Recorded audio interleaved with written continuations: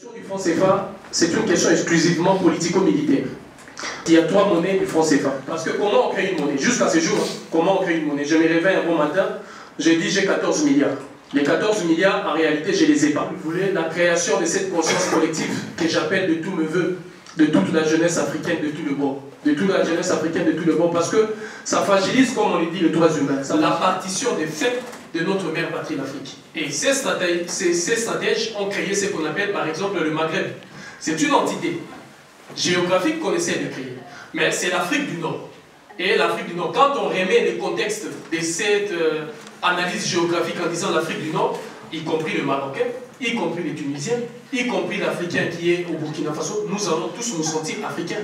L'ingérence intempestive de l'armée française dans les affaires africaines pour déstabiliser à chaque fois qu'il y a un président qui n'est pas d'accord avec les lignes et les orientations fixées par la France-Afrique. La plupart des pays africains qui utilisent le français comme outil de travail payent de l'argent au gouvernement français. Est-ce que les gens le savent? Les pays africains, avec des indépendances, qu'on parle là des indépendances qu'on a acquis, ont accepté ce qu'on a appelé les indépendances de 20%. Si vous regardez la plupart des pays africains, la plupart de ces pays, 80% des territoires sont toujours inhabités. On vous parlera des cours d'eau, des forêts, mais en réalité ces cours d'eau, ces forêts sont des mines à ciel ouvert. Parce que jusqu'à preuve du contraire, s'il n'y a pas des infrastructures, c'est parce que le FMI et la Banque mondiale refusent. Maintenant, avec l'OADA, c'est ce qu'on va faire. Même j'avais la discussion avec certains de mes amis marocains, universitaires, qui en fait se prévalaient. Bon, je ne sais pas les aspirations profondes du peuple marocain, si ça sera demain d'une démocratie parlementaire, monarchique ou comment, mais je sais qu'il y a déjà beaucoup de voix qui s'élèvent par rapport au régime qui est en place. Mais là où j'appellerais moi simplement à une conscience qui doit s'asseoir dans chacun d'entre nous, c'est qu'il faudrait que la famille royale s'écarte sur les chemins économiques et sur le terrain. D'avoir accepté la création ou la construction de ces écoles-là sur son territoire. Et c'est qui a permis aujourd'hui la fuite des cerveaux africains et la préparation de ces jeunes. Sa Majesté, lorsqu'il a présenté sa thèse de doctorat à l'Université de Nice, il a travaillé sur ce qu'on a appelé, je pense, la coopération entre l'Union économique européenne et l'Union Maghreb arabe. Le Maroc est un des pays qui a été très touché, je dirais très touché avec les politiques d'ajustement, des réajustements structurels, dont la cause aujourd'hui, on voit, je dirais à peu près 70 à 75% de la jeunesse marocaine, c'est-à-dire partant des 17 ans à 65 ans, qui est poussée vers l'émigration. Ils utilisent des États, toi tu dis, c'est la compagnie marocaine d'exploitation d'or. Alors ce n'est pas la compagnie marocaine d'exploitation d'or, c'est simplement le gouvernement qui est en place, a ratifié, a accepté que le nom du Maroc soit utilisé pour cette compagnie-là.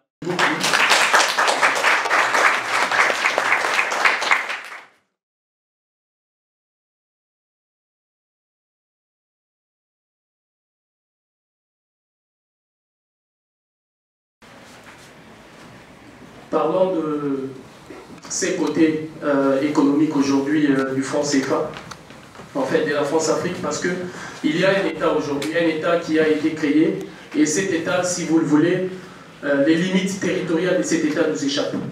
Ça nous échappe à tous parce qu'on ne sait pas combien de kilomètres carrés en fait mesure cet État. Cet État, c'est la France-Afrique. Mais cet État a des symboles. Et ces symboles-là, ce sont des symboles qu'on reconnaît. Aujourd'hui, l'armée française est devenue l'un des outils par excellence de défense, si j'ose dire même de l'expansion de cet État qu'est la France-Afrique. Il y a bien évidemment la francophonie qui a été citée, et il y a un pilier aujourd'hui monétaire et financier qui est celui du franc CFA. On a vu le cas avec le reportage qui nous a été balancé, comment est-ce que des pays qui ont des monnaies qui ne sont pas dans la zone franc, notamment le Ghana, le Nigeria, et la République démocratique du Congo, mais qui profitent aisément de ces systèmes. Parce que justement, les mécanismes qui sont mis en place sont des mécanismes qui permettent aux particuliers et qui permettent aux États de s'enrichir sans pour autant que, je dirais, les populations de ces États ne puissent contrôler ces mécanismes-là. Je vous expliquerai cette monnaie en trois phases. En trois phases parce qu'il y a trois monnaies du franc CFA. Il y a trois monnaies du franc CFA. La première monnaie du franc CFA a été créée en 1945, le 24 décembre 1945. Cette date, retenez, c'est une date qui marque l'entrée de la France au sein des institutions de Bretton Woods, le FMI et la Banque mondiale. Et cette monnaie a été créée par l'initiative du général de Gaulle. Il a eu l'idée ô combien machiavélique de pouvoir créer cette monnaie qui, d'emblée, prévoyait le pillage systématique des richesses africaines, mais aussi l'endettement des pays africains. Parce que les pays, rappelons qu'en 1945, les États africains n'étaient pas encore pour la plupart indépendants. Ce n'étaient pas des États, c'était des territoires coloniaux sous l'autorité ou l'administration des royaumes européens. Et il s'est fait que, vous savez, le mouvement de l'histoire pour des grands visionnaires, ils savaient déjà que, parce que ça s'est coué, et que les indépendances africaines étaient un rendez-vous qui n'était plus dans un avenir aussi lointain. Donc, en 1945, lorsqu'ils ont créé cette monnaie affiliée à ces deux institutions. En ce qui concerne le FMI, le FMI avait indexé la monnaie du franc CFA par rapport à l'or. En fait, la valeur sur laquelle était indexée cette monnaie, c'était de l'or. Et il fallait, pour la France, parce que la France, à l'époque, n'était pas membre du FMI, la France devient membre du FMI en 1945, le 24 décembre, avec sa monnaie. Il vient de créer la monnaie, elle venait de créer cette monnaie, et cette monnaie l'a permis d'accéder à ces carrés fermés du FMI. Parce que pour rentrer au FMI, c'était déjà notamment difficile, parce que c'était des institutions contrôlées par les anglo-saxons. Et de deux, il fallait, quand on est dans le FMI, pour avoir le pouvoir décisionnel, il fallait avoir des réserves colossales d'or. Donc, indexant la monnaie du franc CFA par rapport à l'or, le général de Gaulle sait bien que sous les sous-sols français, il n'y a pas de l'or. Donc c'est l'Afrique. C'est l'Afrique qui devait payer, et c'est là qui a enclenché les pillages systématiques, parce que l'or, c'était la valeur symbolique, mais au-delà de ça, c'était toutes les richesses africaines qui auraient permis au FMI de pouvoir amasser suffisamment d'argent et des réserves. Et de l'autre côté, il y avait la Banque mondiale. La Banque mondiale, c'est là qu'a commencé les dettes des pays africains. Parce que comment on crée une monnaie? Jusqu'à ce jour, comment on crée une monnaie? Je me réveille un bon matin, j'ai dit j'ai 14 milliards. Les 14 milliards, en réalité, je ne les ai pas. Mais je les ai créés. Alors la banque, on commence avec la monnaie structurelle. La monnaie structurelle, ce sont ces chiffres-là que je vais écrire, 14 milliards. Après, la banque va me demander, nous sommes une banque. Parce qu'il nous faut de la monnaie bancaire. Quand on va créer la monnaie bancaire en billet, il faut qu'il y ait une représentativité véritable de vos 14 milliards. Et c'est ce qu'avait fait le général de Gaulle. Lorsqu'il a créé imaginairement avec des chiffres astronomiques cette monnaie, il s'est fait que les pays africains étaient endettés. Endettés parce que le général de Gaulle, en créant cette monnaie, devait maintenant trouver le support par la monnaie bancaire, comment donner à la Banque mondiale cette monnaie. Et c'est là que le franc CFA a été créé. Ces billets vont commencer à être créés pour pouvoir maintenant donner le crédit, ou si vous voulez, la réalité par rapport aux monnaies, à la monnaie qui a été créée par le général de Gaulle.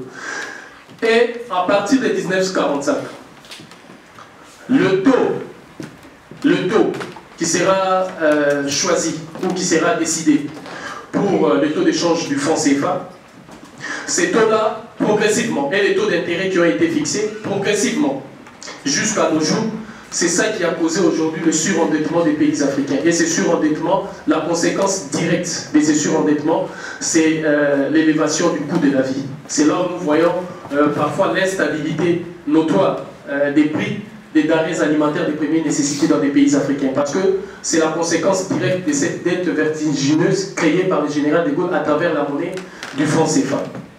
La deuxième monnaie du franc CFA sera créée en 1900... La deuxième monnaie du franc CFA sera créée en 1960. C'est en 1960 que sera créée la deuxième monnaie du franc CFA. Parce qu'il faut rappeler déjà qu'en 1957, le général de Gaulle va créer le nouveau franc. Pourquoi le nouveau franc a été créé? La France venait de subir la perte de l'Algérie. La perte de l'Algérie pour la France a causé des conséquences économiques et financières drastiques. Ce qui a déstabilisé totalement l'économie française. Donc il fallait créer une nouvelle monnaie. Et cette nouvelle monnaie, c'était créée en 1957 et qui va être mise en circulation en 1960, dans le 1er janvier 1960. Le 1er janvier 1960 qui marque la date de l'indépendance du Cameroun. Au fil de mes explications, vous aurez compris pourquoi il y a ces liens entre ces deux dates. Et lorsque le général de Gaulle crée cette monnaie, le nouveau franc, la valeur du nouveau franc était 1 franc. Un nouveau franc était égal à 100 anciens francs. C'est cette même valeur qui sera utilisée pour la nouvelle monnaie du franc CFA en 1960. Mais cette monnaie a été aussi précédée par une réalité politique. Comme le disait l'intervenant, mon prédécesseur, c'est que la question du franc CFA, c'est une question exclusivement politico-militaire.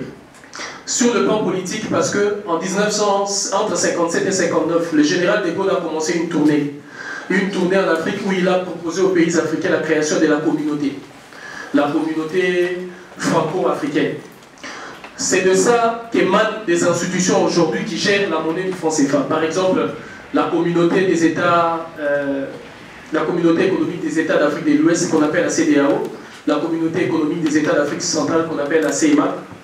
Ces deux communautés-là, qui sont en réalité, si vous voulez, la conséquence de cette élection qui a eu, les référendums où certains pays africains ont accepté la communauté. Et le seul dirigeant, je pense à l'époque, dont la dignité reste aujourd'hui exemplaire, le président Ahmed Sékou Touré, avait refusé catégoriquement la création de la communauté franco-africaine. Parce qu'en refusant la création de la communauté franco-africaine, il avait d'emblée refusé le franc CFA. Ce qui a fait que la Guinée a été la cible du régime ou du gouvernement français sur tous les plans. Sur le plan économique, sur le plan financier, sur le plan sécuritaire, la Guinée a été menacée jusqu'à ce que la France est arrivée à créer de la fausse monnaie pour pouvoir déstabiliser le régime ô combien, je dirais, nationaliste du président Ahmed Sékou Touré.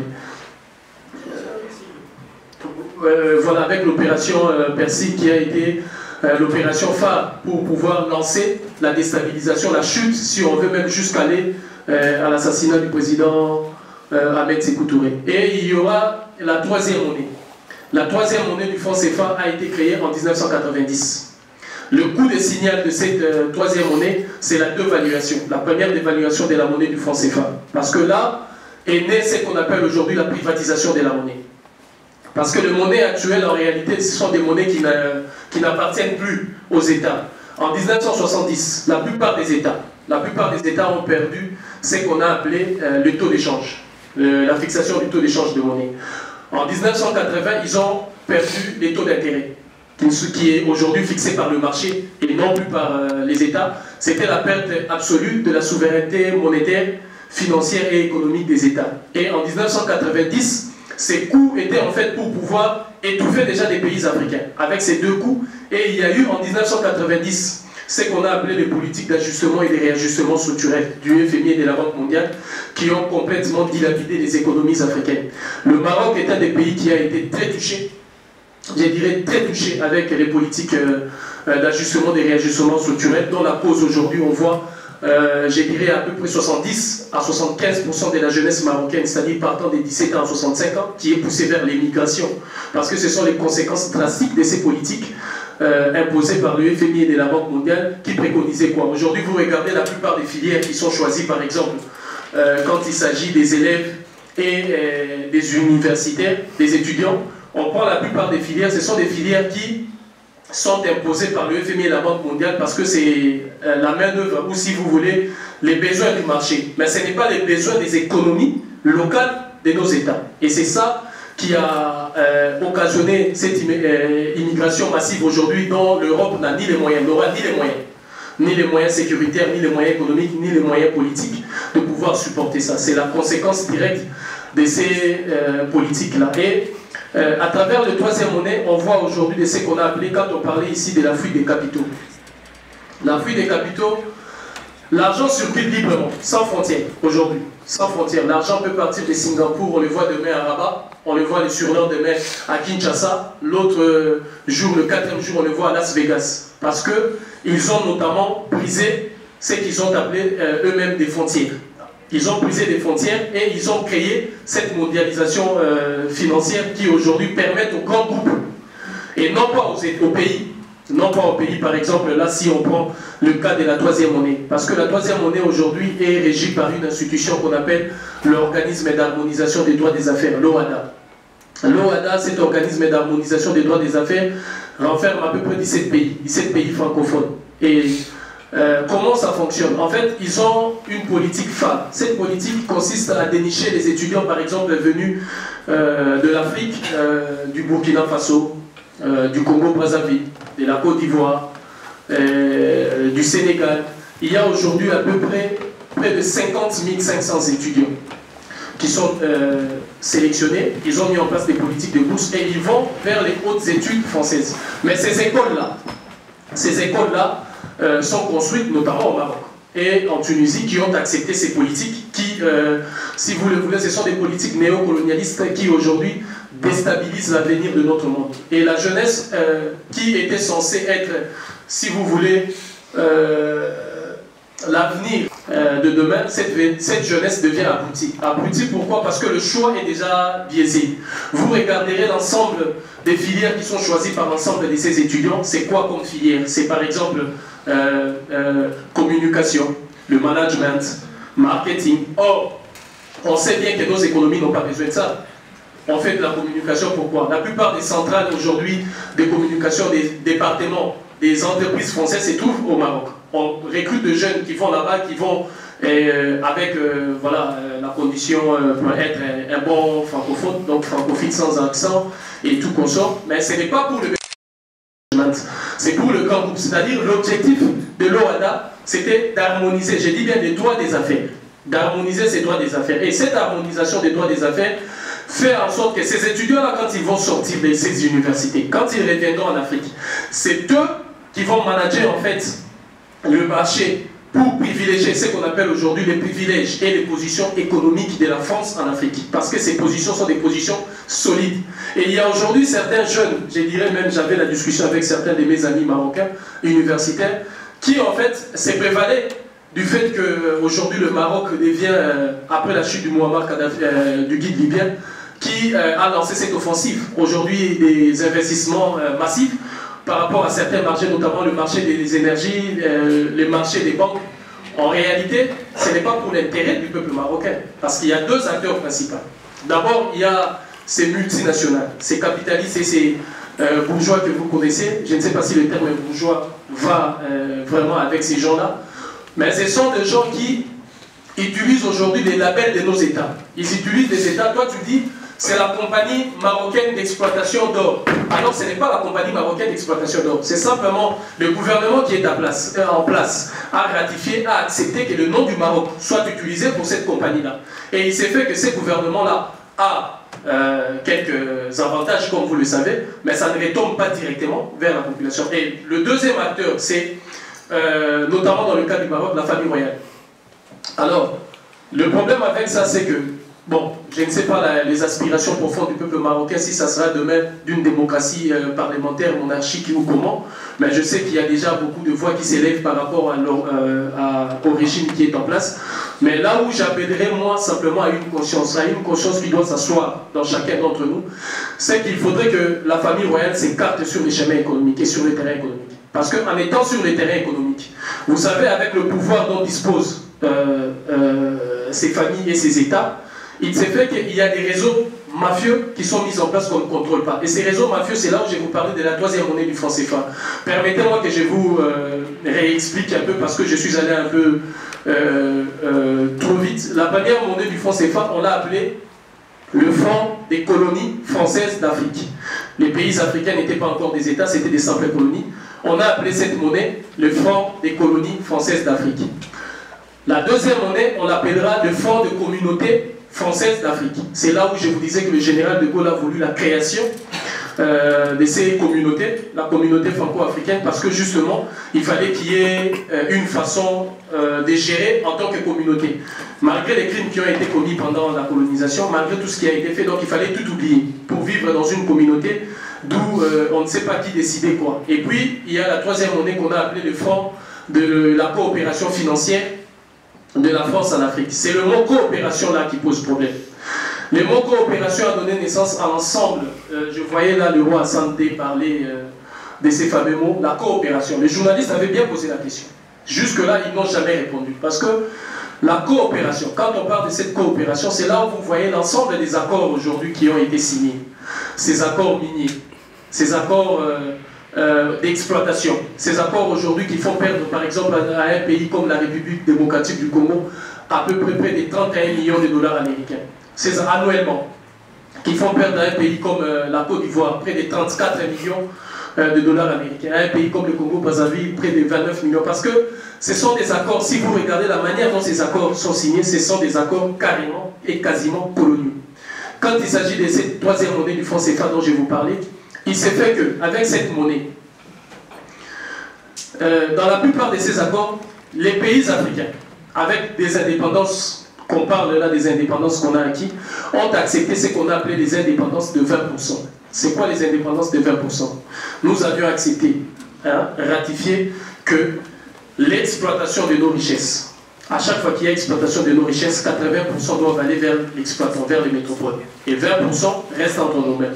Lorsque le 20% reste entre nos mains, vous voyez le faste avec lesquels sont organisés les sommets, les congrès, les trains de vie que mènent les dirigeants des pays africains. Il s'est fait que c'est eux qui en fait, centralisent l'ensemble de ces 20%. Et il nous reste de miettes. C'est là qu'il y a tout l'ensemble de ces problèmes. Or, lorsqu'il y a l'exploitation de l'or, du pétrole, du manganèse, du cobalt, tout ce que vous voulez, il s'est fait que dans ces 80%, ce ne sont pas des pays africains encore qui vont négocier dans le marché international de produits venant de leur pays. En fait, il y a des négociants spécifiques qui sont chargés notamment de pouvoir les négocier. Et ces négociants-là, lorsqu'ils les font, et les acheteurs ne font jamais confiance aux banques africaines. C'est la raison pour laquelle, peut-être ils font confiance à la Banque de France. C'est la raison pour laquelle vous verrez la conséquence que les pays africains, aujourd'hui de la zone franc, sont obligés de déposer 80% de leurs avoirs après des transactions dans le compte des opérations, ici dans le Trésor français, notamment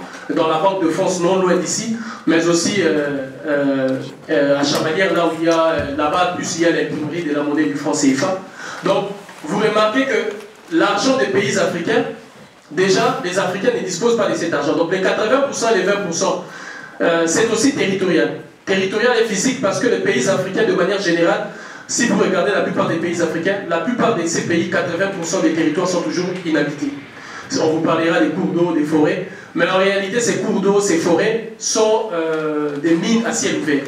D'où les pays européens occidentaux vont exploiter comme bon leur semble. Nous n'occupons que 20% de nos territoires.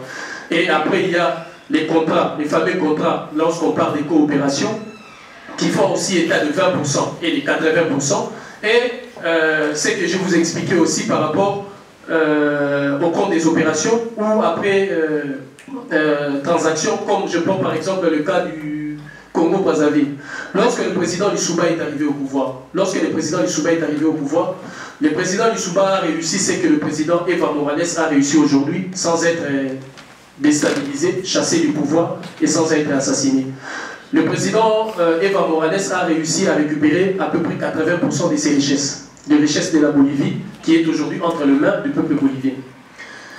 Le président Lissouba avait réussi lors de la négociation avec le frère Préjean qui était le PDG de F, qui est venu négocier les contrats. Parce que je pense qu'il y a des années, chaque 10 ans ou je pense ou 12 ans, il faut renégocier les contrats. Et Pascal Lissouba a voulu mettre à plat l'ensemble de ces contrats. Et lorsqu'il a mis à plat l'ensemble de ces contrats, il s'est fait que la France avait perdu tous ses intérêts et ses privilèges économiques. Et le Congo-Brazzaville est arrivé jusqu'à 67% des revenus de ses richesses pétrolières. Et qu'est-ce qui s'est fait? Comme d'habitude, comme on le disait ici, l'ingérence intempestive de l'armée française dans les affaires africaines pour déstabiliser à chaque fois qu'il y a un président qui n'est pas d'accord avec les lignes et les orientations fixées par la France-Afrique. Il s'est fait que le président Lissouba a été déstabilisé parce que la France a choisi d'armer à travers Elf, le général d'armée Denis Sassou Nguesso qui est arrivé au pouvoir avec les anciens accords. Donc voilà, à travers cette troisième monnaie du franc CFA, comment est-ce que le mécanisme est créé pour pouvoir non seulement déposséder le peuple de leurs richesses, mais aussi les États eux-mêmes de leurs richesses et donner cet argent aux mains de ces capitaux. Avec la globalisation et la mondialisation financière, on est dans l'incapacité totale de pouvoir suivre ces mécanismes. Et ces rôles-là que joue le gouvernement royal du Maroc, qui est à scinder, à faire la scission avec le peuple marocain, c'est d'avoir accepté déjà ce que je disais, d'avoir accepté la création ou la construction de ces écoles-là sur son territoire. Et ce qui a permis aujourd'hui la fuite des cerveaux africains et la préparation de ces jeunes pour que demain ils puissent consolider les privilèges et les positions économiques de la France à travers l'OHADA, cet organisme d'harmonisation des droits des affaires. Donc voilà succinctement les questions qui sont d'enjeu actuel par rapport à la France-Afrique dans son volet économique et financier, qui doit aujourd'hui nécessiter, si vous le voulez, la création de cette conscience collective que j'appelle de tous mes voeux, de toute la jeunesse africaine de tout le monde. De toute la jeunesse africaine de tout le monde, parce que ça fragilise, comme on le dit, les droits humains. Ça fragilise les droits humains dans le droit, je dirais même le plus élémentaire qui est notre droit à l'existence. Quand on nous prive ce droit à l'existence, on nous prive le droit à l'autodétermination politique, à l'autodétermination économique, parce qu'ils nous ont volé cette souveraineté. Ils nous ont volé tout ça pour décider à notre place. Et là, on ne peut plus contrôler notre avenir. On ne contrôle plus rien. Ils décident à quel moment, quand et où. Donc voilà, j'appelle vraiment à cette conscience collective pour pouvoir aujourd'hui ensemble faire barrage à ces forces-là qui sont de manière générale des forces transnationales, des multinationales politiques, économiques et financières. Je vous remercie beaucoup.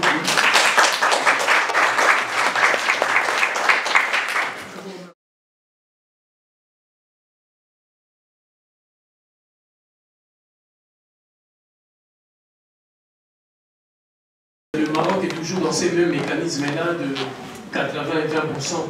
Mais sauf qu'il s'est fait qu'il faut faire la lecture de qui est les dirigeants actuels du Maroc. C'est le roi Mohamed VI. Sa Majesté, lorsqu'il a présenté sa thèse de doctorat à l'université de Nice, il a travaillé sur ce qu'on a appelé, je pense, la coopération entre l'Union économique européenne et l'Union Maghreb arabe. C'est-à-dire qu'on voit les bases sur lesquelles il a travaillé. Ce sont des bases qui allaient, si vous voulez, ce sont des gens qui jouent aussi à la prospection. Ils savent que d'ici 20 ans, 30 ans, ça ne sera plus pareil. Donc il y a certains ajustements qui devaient être faits. Et le Maroc est un acteur aujourd'hui, je dirais un acteur, un véritable artisan de ces changements qui s'est fait. Mais il reste soumis sur le même mécanisme parce que n'oubliez pas qu'il a été, quand il a été plébiscité, même avant de venir succéder au défunt Hassan II, c'est qu'il a été présenté comme l'un des meilleurs élèves du FMI et de la Banque mondiale, qui va mener les réformes dans ce sens-là. Il y a ça parce que ces indépendances-là, jusqu'à preuve du contraire, restent d'abord soumises au FMI, aux banques mondiales, aux institutions de Bretton Woods. Et deuxièmement, par rapport à cette évolution du Maroc, il y a les dirigeants européens qui défendent bec et ongle un projet qu'on appelle l'Euro-Méditerranée, qui veulent la création, c'est là où je disais même ça peut emboîter la réponse qui a été donnée, la partition des faits de notre mère patrie, l'Afrique. Et ces stratèges ont créé ce qu'on appelle par exemple le Maghreb. C'est une entité géographique qu'on essaie de créer, mais c'est l'Afrique du Nord. Et l'Afrique du Nord, quand on remet les contextes de cette analyse géographique en disant l'Afrique du Nord, y compris le Marocain, y compris les Tunisiens, y compris l'Africain qui est au Burkina Faso, nous allons tous nous sentir africains. Parce qu'on nous parlera de notre mère patrie ensemble en Afrique. Mais cette partition de fait, avec la dimension de créer cette entité, veut que demain, l'Europe soit concurrente face à la Chine, face aux États-Unis d'Amérique, face à l'Inde. Donc il faut un grand nombre de consommateurs, parce que vous savez, l'économie actuelle, c'est la consommation et la production. Et la main-d'œuvre, condition sine qua non, parce que c'est elle qui produit, c'est elle qui consomme. Donc dans cette logique-là, c'est en fait une logique où le Maroc est en train de jouer un rôle de certains aménagements qui lui permettra sûrement d'être le premier d'entre les Africains. C'est-à-dire, c'est lui, quand on parle de ces investissements en masse, c'est lui, c'est au Maroc qu'on va donner la responsabilité de pouvoir lancer cette nouvelle offensive. Mais sachez que cette offensive-là, par exemple, quand on parle de marché d'énergie, on voit les soleils de l'Afrique, l'énergie voltaïque. C'est qu'on est en train de construire aujourd'hui au Maroc un véritable champ, je dirais une armée des énergies voltaïques qui va, si vous voulez, envahir tous les marchés africains. Et ce n'est pas le Maroc le premier gagnant. C'est-à-dire ce sont ces mêmes-là, mais qui vont utiliser les Marocains par son rôle. Il aura peut-être une différence près avec d'autres pays africains. Mais il reste soumis dans le même logique.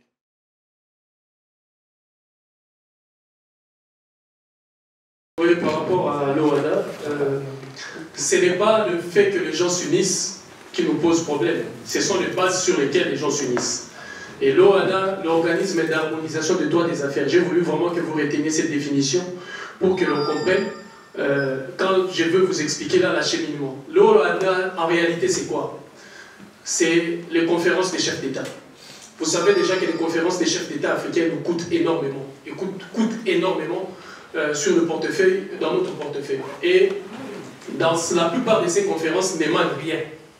Ce sont des réceptions somptueuses. Là, à la sortie, il n'y a rien, aucune décision appliquée. Première des choses. Deuxième des choses, l'OHADA, c'est encore quoi? C'est les conseils de ministres de justice et les ministres des finances. Les ministres de justice, pourquoi? Parce que justement, l'ensemble de ces étudiants-là, lorsqu'ils sortent, c'est de créer un arsenal juridique leur permettant de pouvoir contourner tous les mécanismes nationaux qu'il y a par rapport à la loi pour exercer leur business. Parce que c'est les termes vraiment qu'il faut. Quand on parle droit des affaires en français, c'est quand même, ça a une connotation encore autre, mais en réalité, c'est du brigandage. C'est ce qu'on appelle vraiment le business. Dans le sens, si vous voulez, péjoratif, le plus essentiel du terme. Mais l'OHADA, encore, c'est quoi? C'est le contrôle de route pour l'acheminement des marchandises. Alors là, c'est un point crucial. Le contrôle de route, c'est la privatisation des autoroutes. L'ensemble des autoroutes, parce qu'aujourd'hui, beaucoup d'Africains parleront demain de la construction des infrastructures. C'est un leurre où beaucoup de dirigeants vont avoir encore des Africains. Ah, je vous ai construit ceci, je vous ai construit ceci. Ces infrastructures-là ne nous appartiennent pas. Parce que jusqu'à preuve du contraire, s'il n'y a pas des infrastructures, c'est parce que le FMI et la Banque mondiale refusent. Maintenant, avec l'OHADA, c'est ce qu'on va faire. Mais non seulement la privatisation des autoroutes, il y a, quand on parle de contrôle de route, il y a ce qu'on appelle les circuits bancaires. C'est que l'on disait ici. Les circuits à travers lesquels passe notre argent. L'argent à travers la monnaie du franc CFA, à travers même la monnaie, quand on prend un pays comme la République démocratique du Congo. Elle a cette République a sa propre monnaie. Mais cette monnaie-là, la République démocratique du Congo, dépend des banques belges du commerce pour pouvoir fabriquer sa propre monnaie. Les Nigériens, avec les Naira, dépend des banques britanniques. Et pareil avec tous les autres. C'est-à-dire qu'il y a encore totalement absence de souveraineté financière et monétaire. Et l'OHADA, c'est encore, si vous voulez, la francophonie. Parce que ça réunit jusque-là des pays francophones, c'est la base. Et la francophonie, on le sait, personne ne l'ignore, que la francophonie est le symbole par excellence du rayonnement du monarque français. Ça constitue la puissance du monarque français. Entendu par là, le monarque actuel, c'est celui qui est à l'Élysée. Et qui reste le pilier sur lequel est assis le président français. Et dans tous les cas de figure, du moment où l'Afrique n'est pas capable, les travaux de l'Organisation de l'Unité africaine et de l'Union africaine avaient retenu 6 langues africaines, parmi lesquelles le swahili, l'arabe, il y avait 6 langues, à ce que je sache. Les 6 langues qui ont été retenues. Voilà. Parmi ces langues-là, il y a de quoi à s'unir pour commencer à travailler ensemble. Mais pourquoi? Ça doit être sur la base de la francophonie. La plupart des pays africains qui utilisent le français comme outil de travail payent de l'argent au gouvernement français. Est-ce que les gens le savent?